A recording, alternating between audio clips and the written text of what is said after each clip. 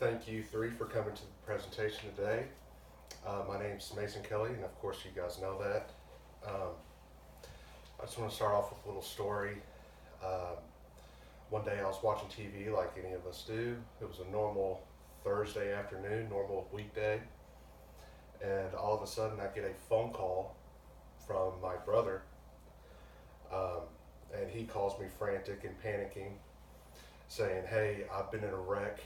Uh, I've tried to call mom. I've tried to call dad. You're the first person to answer. Can you please come up here? I need help."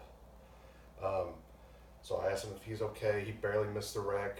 Um, so I get the parents. We go up to the crash site, and it just so happens a truck was coming heads on towards him, and he was able to barely miss the head on truck and go off the side of the road. But he took damage to the front left panel um, and the rear. So he was pretty close to being a head on. But luckily enough, he had enough time to turn right off the road. Um, and I just wanted to mention that story because he emphasized how short of a time he had to react, and that everything went into slow motion for him. But if he was texting and driving, he probably would have either been injured or very well dead. Um, so, I mean, that's a pretty relevant story for what I'm about to present because I want to do a little presentation on texting and driving. Um, okay, so the first thing I wanted to mention is what is texting and driving. I'm sure you guys know what texting and driving is, but the government and other statistic-based agencies like to classify texting and driving with distracted driving. So distracted driving is probably where you're going to find most of the data. Uh, so studies have shown that driving while distracted or texting is worse than driving intoxicated or drunk.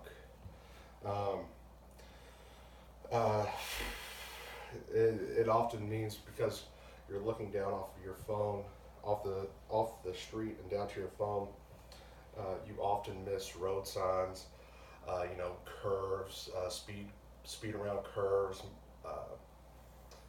and lane closures and stuff like that. Um, and often when pedestrians get hit, crossing crosswalks or on the sidewalk, it's usually someone uh, taking their eyes off the road, looking down, and just forgetting to look at the signs or the lights in front of them. Usually, when a driver takes their hands off the wheel and looks at their phone, it usually takes 4.6 seconds to 5 seconds for the driver to get their eyes back on the road, and that could easily cover a football field easily in 5 seconds. So 100 yards while you're not looking is not a good thing. Not a good thing. According to the Virginia Tech Transportation Institute, texting and driving creates a crash risk that is 23 times more than when you're driving, not distracted. So when you have your phone out and you're driving, there's a 23. You're more likely, about 23 times, to have a crash or some type of accident. That's a pretty large number.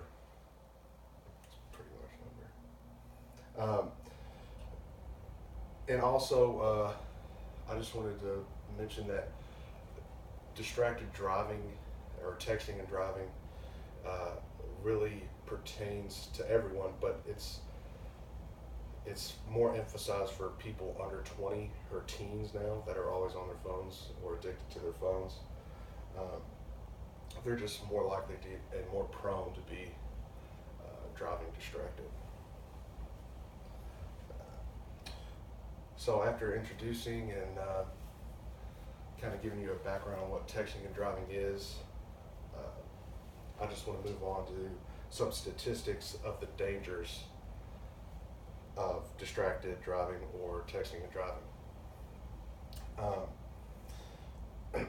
The National Safety Council reports that cell phone use while driving leads to 1.6 million crashes a year. 1.6 million a year. Nearly 390,000 injuries occur each year from accidents. And also, texting while driving or distracted driving is 6 times more dangerous or 6 times more likely to cause an accident compared to drunk driving, which is very considerable. And a lot of people don't think of that, that texting and distracted driving is more dangerous than driving drunk. According to distracteddriving.gov, more than 3,000 people were killed in accidents involving a distracted driver in 2010. So that was 9 years ago. And unfortunately, with more time and more technology, the deaths have also risen. In 2018, there were a total of 4,637 people who died because of distracted driving and texting and driving. So that's gone up more than 1,500 people that have died on the roads compared to 9 years ago, which is a wild stat to think about. And also some more statistics on the dangers of distracted driving. 14% of all fatal crashes are due to distracted driving or texting and driving. So that's 14% of the total fatalities is due to a cell phone in the hand instead of driving with 2 hands.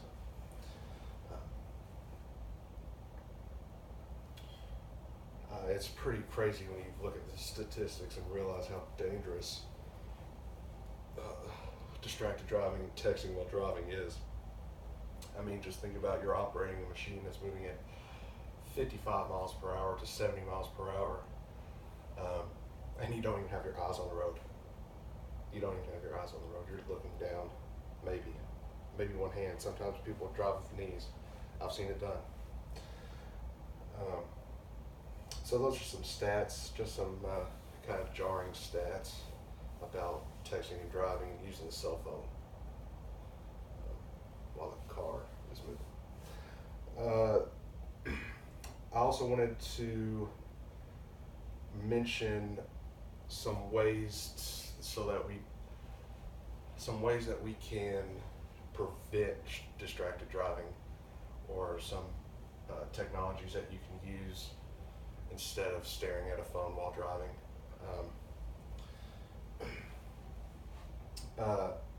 So like some technologies like that could include like hands-free music.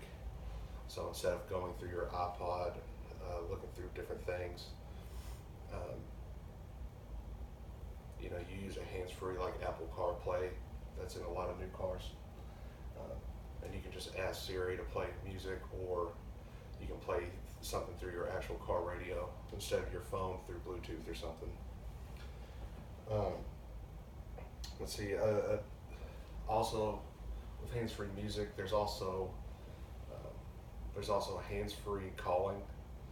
So instead of looking at a phone, going through your contacts all while driving, you can actually just ask Siri or just use hands-free calling in order to talk and drive with both hands at the same time.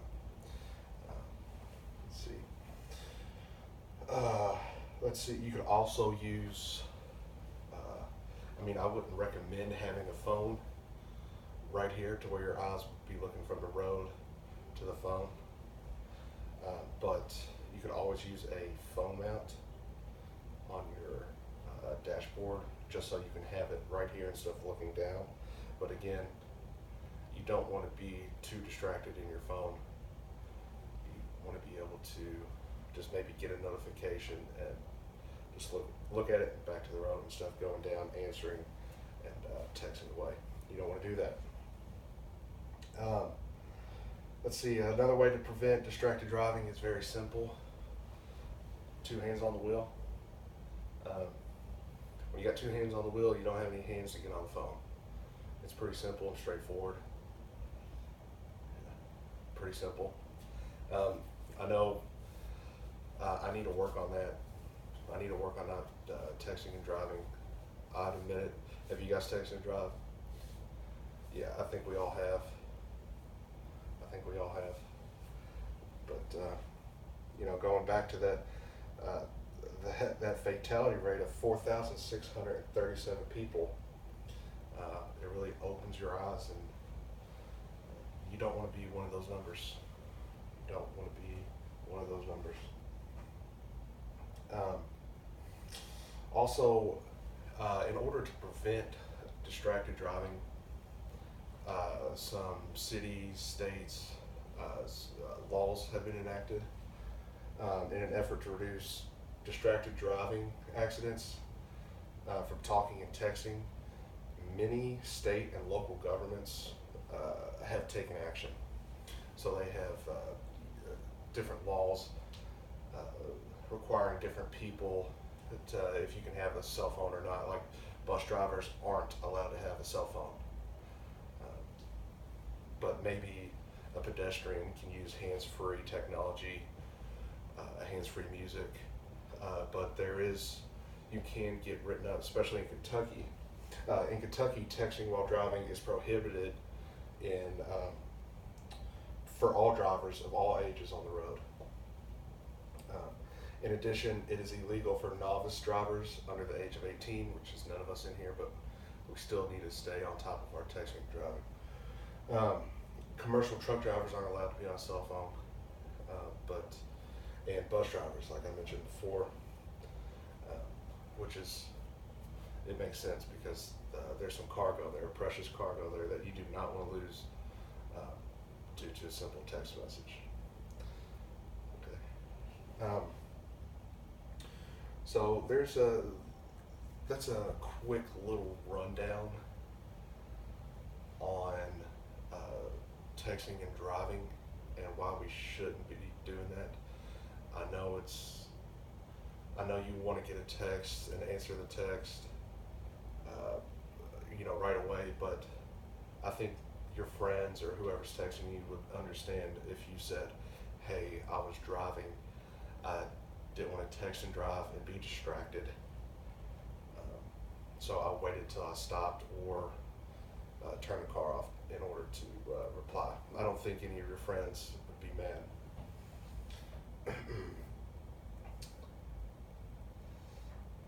So, hopefully I got your attention with some of the statistics, and hopefully you've learned a few things or certain ways to prevent distracted driving so you don't become one of those statistics. So in conclusion,